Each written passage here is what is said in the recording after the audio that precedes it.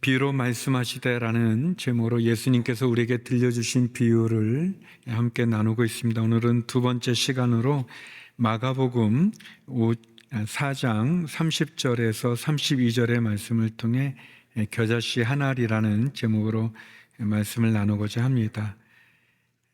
세 절 말씀인데요. 우리 자막을 통해서 한 목소리로 같이 읽어보도록 하겠습니다. 함께 읽겠습니다. 시작.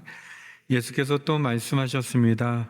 하나님 나라를 무엇에 비교할 수 있을까? 어떤 비유로 설명할 수 있을까? 하나님 나라는 한 알의 겨자씨와 같다.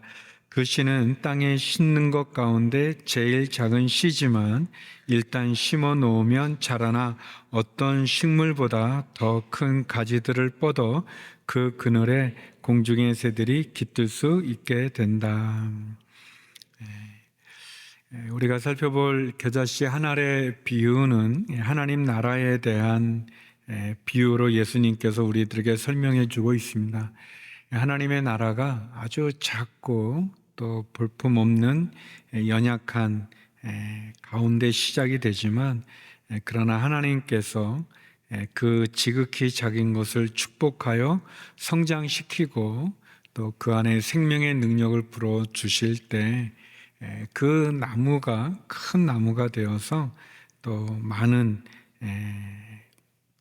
새들이 깃들 수 있는 그런 겨자씨의 비유를 우리들에게 이야기해 주고 있습니다. 천국이 작은 것 같지만 볼품없는 것 같지만 그 안에 생명의 능력이 함께 할 때 그것이 우리가 상상하는 그 이상으로 커지고 또 생각 이상으로 많은 역할을 하는 것을 우리들에게 설명해 주고 있습니다. 이 겨자씨라는 게 이 팔레스타인 지방의 들에서 이렇게 자생하거나 또는 재배하는 배춧가의 1년생 식물이라고 합니다. 그래서 4월에서 6월이 되면 노란 꽃을 피우는데 아주 작은 씨인데 이게 자라면 3m까지 커진다고 합니다.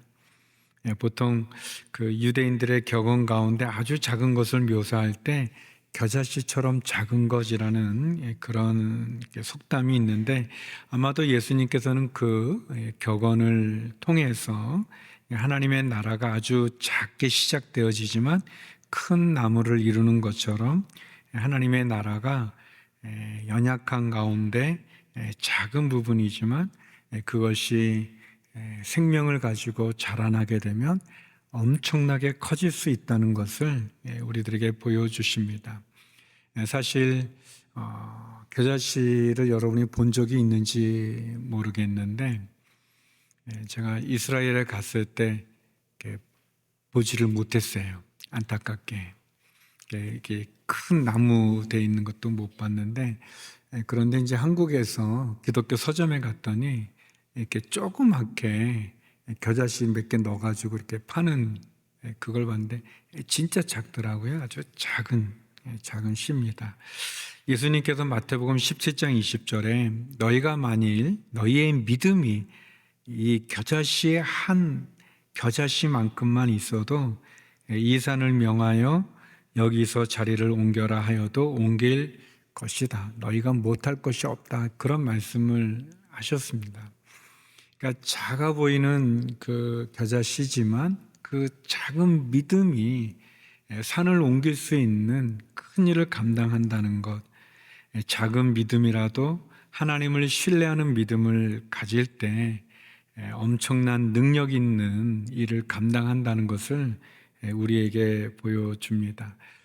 다음 주에 나눌 누룩 비유가 있는데 3월 마지막 주에 나눌 누룩 비유도 작은 부분이지만 그것이 큰 빵을 부풀리게 하는 것처럼 이 겨자씨 비유나 누룩의 비유는 어떻게 보면 하나님의 나라가 아주 작고 미미할지라도 그 안에 하나님께서 역사하는 생명의 능력이 함께 할 때 그것이 엄청나게 커진다는 것을 보여줍니다. 이 겨자씨 비유는 하나님 나라의 어떤 외적인 성장을 보여주면 누룩의 비유는 어떤 내적 성장을 보여주는 그런 부분입니다.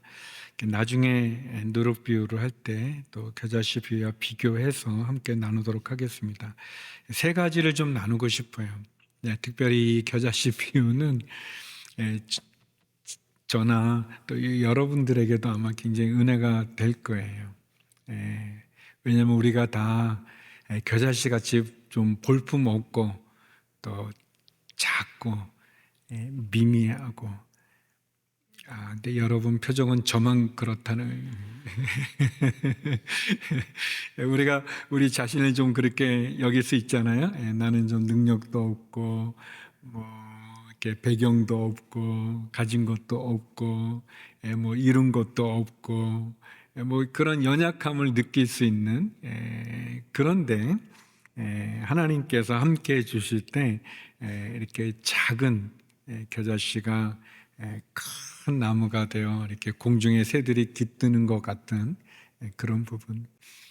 빨리 본론으로 들어가라고 자막이 먼저 나왔네요. 첫 번째 교훈은 작게 시작해서 크게 거둔다는 그런 뜻이죠. 우리 다시 한번 31절, 32절 같이 한번 읽어볼까요? 시작. 하나님 나라는 한 알의 겨자씨와 같다. 그 씨는 땅에 심는 것 가운데 제일 작은 씨지만 일단 심어 놓으면 자라나 어떤 식물보다 더 큰 가지들을 뻗어 그 그늘에 공중의 새들이 깃들 수 있게 된다. 하나님의 나라가 한 알의 겨자씨와 같은데 그 씨는 땅에 심는 것 가운데 아주 작은, 제일 작은 씨지만 심어졌을 때 자라나 공중의 새들이 깃들 수 있는 그늘을 제공할 만큼 커진다는 것을 얘기합니다. 아주 작게 시작되지만 크게 거둔다는 그런 내용이죠. 하나님의 나라가 지극히 작은 것에서 시작이 되지만 그 끝은 상상할 수 없다는 겁니다. 교회가 작게 시작되어도 나중에 크게 되어졌을 때, 예수님께서 그런 말씀하셨죠. 지극히 작은 일에 충성된 자가 큰 일을 한다고 그랬습니다. 우리가 이게 자그마한 것, 작은 일, 좀 미미해 보이고 볼품 없어 보이고 보잘것 없는 것을 우리가 무시하지만 또 세상은 인정해 주지 않지만 하나님의 나라는 그렇지 않다는 거예요. 사실 초대교회도 얼마나 좀 미비했습니까? 그 오순절 성령의 사건을 경험했던 120명 대부분이 여자가 많은데 그분들 얼마나 볼품없고 보잘것 없었던 분이겠습니까? 예수님의 12 제자들 갈릴리에, 어떻게 보면 갈릴리라고 하는 것이 이제 굉장히 시골을 의미하는 이스라엘 역사 가운데 굉장히 소외된 그런 지역인데 그 갈릴리의 어부 출신들이 여러 명이었던 그 예수님의 12 제자도 얼마나 미비합니까? 부족하고 연약합니까? 그런데 하나님께서 그 120명의 마가의 다락방에 모였던 분들에게 성령이 임했을 때 그들이 능력을 받아 엄청난 기적들을 이루지 않습니까? 예수님의 12 사도들 역시 부족하고 연약하지만 작은 겨자씨와 같은 존재였지만 그분들이 얼마나 놀라운 일을 이루어 나가십니까? 우리가 생각하는 그 이상으로 하나님 우리와 함께 하실 때 놀라운 능력이 일어납니다. 작게 시작하지만 크게 거두는 이 겨자씨의 비유가 주는 의미는 놀라운 거죠. 성도 여러분, 여러분이 지금 뭐 나이가 좀 많다고 느껴지십니까? 또는 여러분의 건강이나 여러분의 상황이 이제는 안 된 것 같이 느껴지십니까? 마치 겨자씨 같이 그 겨자씨 하나가 같은 모습입니까? 하나님이 함께 해주시면 겨자씨가 다른 땅에 심는 것 가운데 제일 작은 씨지만 하나님이 그것을 자라게 하실 때 하나님의 나라의 법칙은 이루 말할 수 없습니다. 자신이 어떻게 변화될 것인지에 대해서 우리가 우리 자신을 포기해서는 안 되는 겁니다. 안 되는 겁니다. 욥기에 보면 이제 욥과 이렇게 논쟁하는 가운데 내 시작은 미약하지만 내 나중은 심히 창대하리라 라는 그런 말씀이 있습니다. 우리의 시작이 미비해 보이고 연약해 보일지 몰라도 겨자씨의 교훈은 그 비유가 우리에게 가르쳐줍니다. 하나님의 나라는, 하나님의 진리는, 하나님의 교훈은, 하나님의 법칙은 작지만 그것이 크게 거둘 수 있다는 것입니다. 그래서 우리가 하나님을 제한해서는 안 됩니다. 하나님을 제한하지 말자는 것은 나를 제한하지 말자는 거예요. 너는 안 돼. 나는 안 돼. 그거는 우리를 이 땅에 보내신 하나님에 대한 우리가 오버하는 거죠. 하나님을 제한시키는 거죠. 내 생각으로.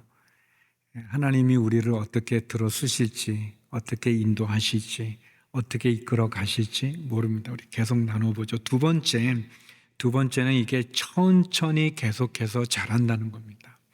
천천히 계속해서 자라는 거예요. 이 자그마한 겨자씨가 이 뻥튀기처럼 하룻밤새 뻥 튀겨서 3m로 자라지 않는다는 거예요. 천천히 계속 근데 자란다는 겁니다. 마태복음 13장 31절에도 같은 내용의 예수님의 말씀인데요. 우리 마태복음 13장 31절로 한번 읽어보겠습니다. 시작. 예수께서 또 다른 비유를 들어 말씀하셨습니다. 하늘나라는 사람이 자기 밭에 가져다가 심어놓은 겨자씨와 같다. 이제 마가복음, 마태복음, 누가복음에 이 겨자씨 비유가 나와요.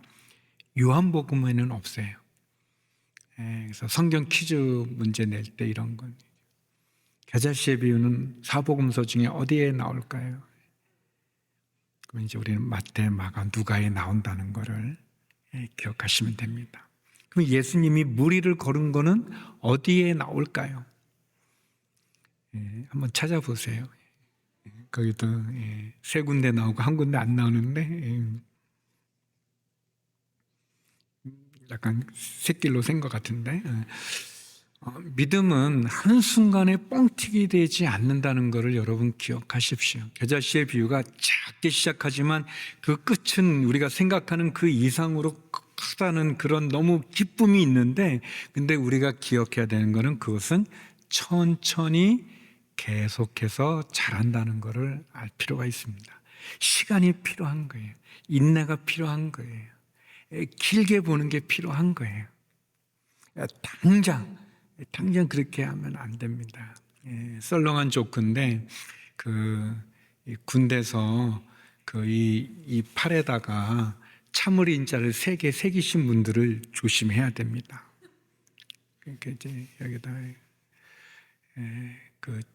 얼마나 아프겠어요. 여기다 이렇게 문신으로 이렇게 참을 인자 이렇게 흥분하고 막 이렇게 잘 참지 못하고 그냥 이렇게 우욱하는 그런 거를 좀 이렇게 방지하자고 여기다 이렇게 굉장히 아플 텐데 그걸 이렇게 새겼지만 제가 보니까 그 사람들이 새긴 거하고 실제하고 다르더라고요. 도리어 새긴 사람들을 피해. 어떤 분이 기도하기를 하나님 저에게 인내를 주십시오. 인내를 주십시오.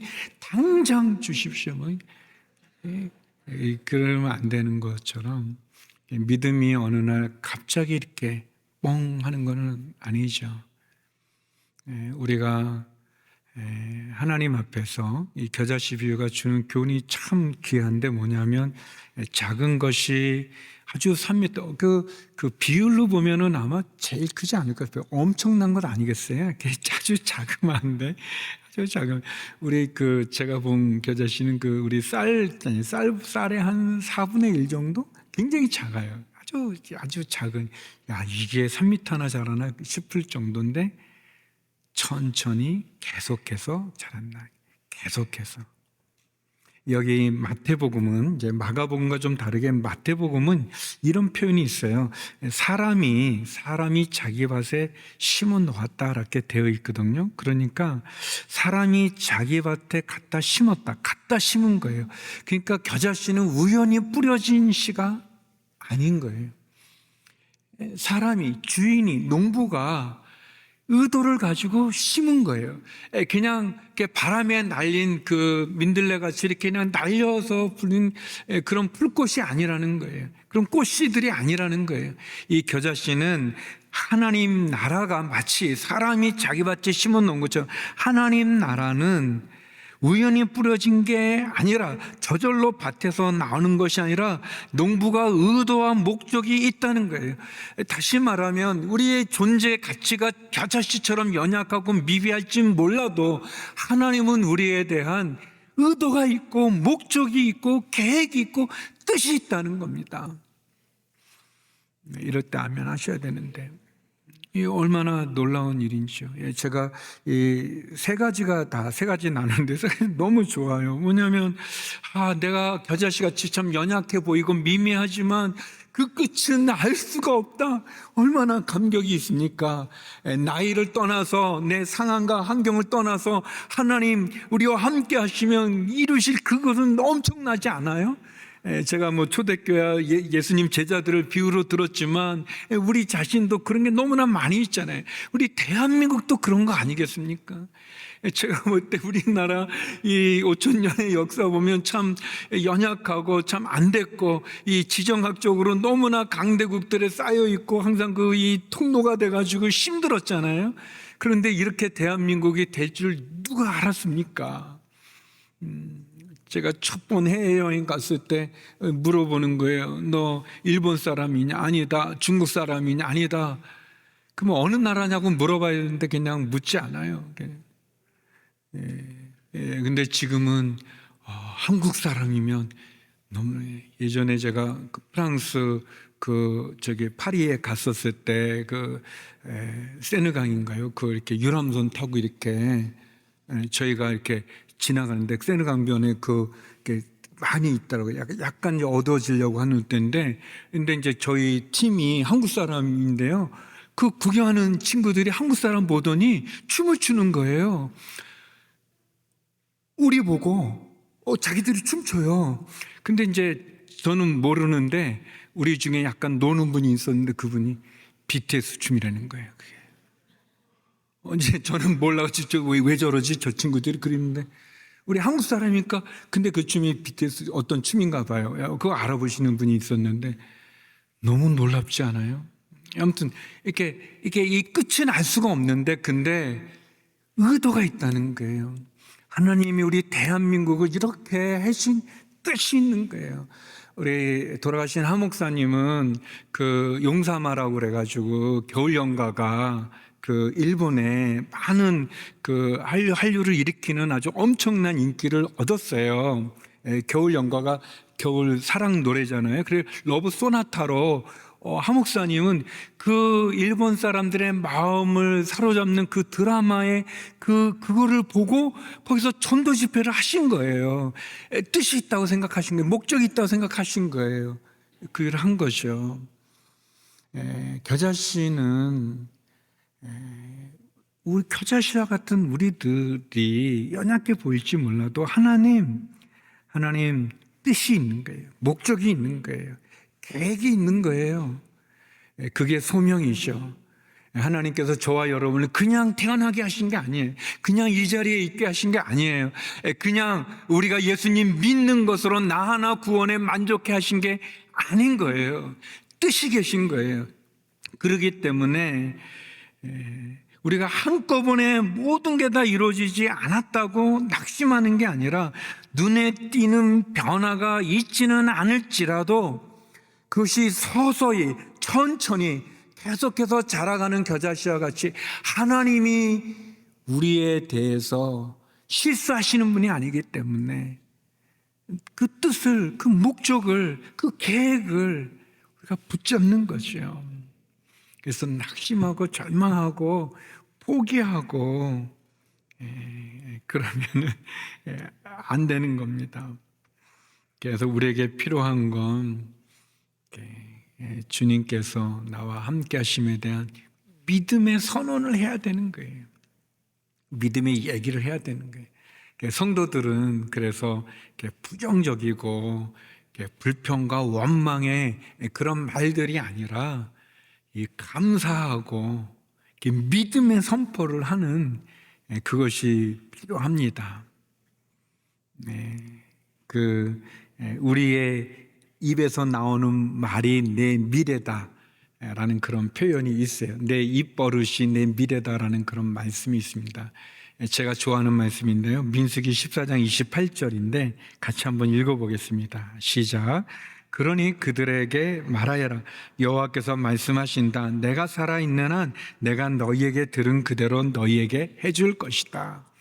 요거는 이제 12명의 가나안의 정탐꾼들이 40일간 가나안을 점탐하고 와서 가데스 바냐에서 보고를 드리는데 그 10명은 굉장히 부정적인 보고를 합니다. 그들이 틀린 보고를 한 건 아니에요. 그 10명이 거짓말한 거는 아니에요. 있는 그대로 다 얘기를 한 거예요. 그들이 12명 각 지파에서 뽑힌 그 민수기에 보면 그 사람들의 이름이 나와요. 이름들이 우리가 여호수아 갈렙만 알지만 나머지 10명의 이름들도 있어요. 이 여호수아는 에브라임 지파 대표였고 갈렙은 유다 지파 대표였거든요. 그러면 나머지 그 지파의 대표들도 역시 여호수아와 갈렙 같은 그런 분들이 아니겠어요? 40대의 분별력과 통찰력과 그리고 상황을 이렇게 파악할 수 있는, 그리고 연륜과 또 이 건강과 그리고 담력이 있는 각 그 지파의 대표로 뽑힌 분들이니까 그 10명이나 되는 그 10명의 보고가 일치해서 그들이 했던 보고는 틀린 게 아니에요. 거짓말한 게 아니에요. 맞죠. 가나안의 성은 견고해요. 거기에 거하는 사람은 거인들이에요. 그들에 비교해서 이스라엘 자신들을 돌아볼 땐 메뚜기처럼 보여지는 거예요. 그들은 그냥 그 보고만을 했어요. 근데 여호수아 갈렙은 믿음의 보고를 한 거죠. 여호수아 갈렙의 그 보고도 들어보면 그것을 부인하는 게 아니에요. 그들의 성은 견고하지 않다, 허술하다라고 말하지 않았습니다.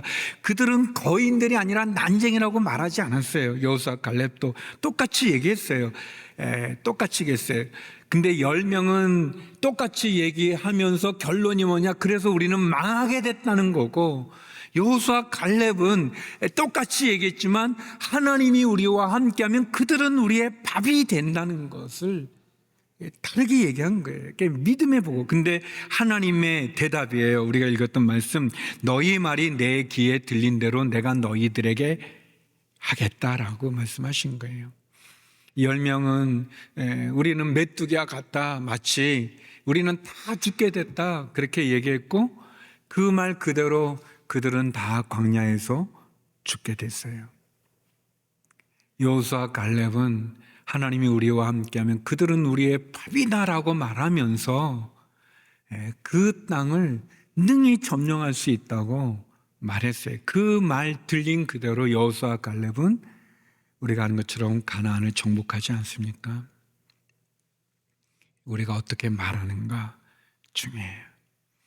원망하고 불평하고 낙심하고 절망하고 염려하면 그 말 주님 하나님 귀에 들린 그대로 그렇게 되는 거예요. 우리가 조심해야 되는 거예요. 믿음의 선포를 하고, 여러분 우리가 겨자씨 같이 그런 존재이지만 하나님이 우리를 심어 놓으신 거예요. 이 지구라는, 이 대한민국이라는 이곳에 우리를 심어 놓으신 거예요. 하나님 계획이 있어요. 저와 여러분에게 하나님 뜻이 있습니다. 그래서 세 번째, 겨자씨는 생명과 성령의 능력이에요. 생명과 성령의 능력이다. 우리 빌립보서 1장 6절 말씀 같이 한번 읽어보겠습니다. 시작. 여러분 안에서 선한 일을 시작하신 분이 그리스도 예수의 날까지 그 일을 성취하실 것을 나는 확신합니다. 예수님의 겨자씨의 비유의 핵심은 얼핏 보면 작은 게 엄청나게 컸구나, 그렇게 볼 수 있어요. 그거 맞아요. 제가 처음 나눴던 것처럼 작게 시작해서 크게 거두기도 해요. 그런데 겨자씨 비유의 진짜 핵심은 뭐냐면 생명이에요. 생명력. 그 자그마한 씨 안에 담겨진 생명력, 그 생명을 가진 그 씨가 이 밭에 심겨지면 엄청난 능력이 나온다는 것을 말해주는 거예요. 여러분, 겨자씨를 그냥 땅에 심지 않고 그냥 이렇게 놔둬보세요. 새가 와가지고, 참새가 와서 그 겨자씨를 먹는다고 했을 때, 그 겨자씨가 한 100개, 뭐 1000개 정도 있어도 그 참새 배부르지 않을 거예요. 근데 그 하나라도 그게 땅에 심겨지면 그것이 3m 되는 너무너무 큰 나무로 자라, 그 안에 있는 그 생명과 그 성령의 능력으로 말미암아 엄청난 일을 하는 거예요. 이 겨자씨가 땅에 심겨진데, 땅이 뭐냐면 예수님이에요. 예수님.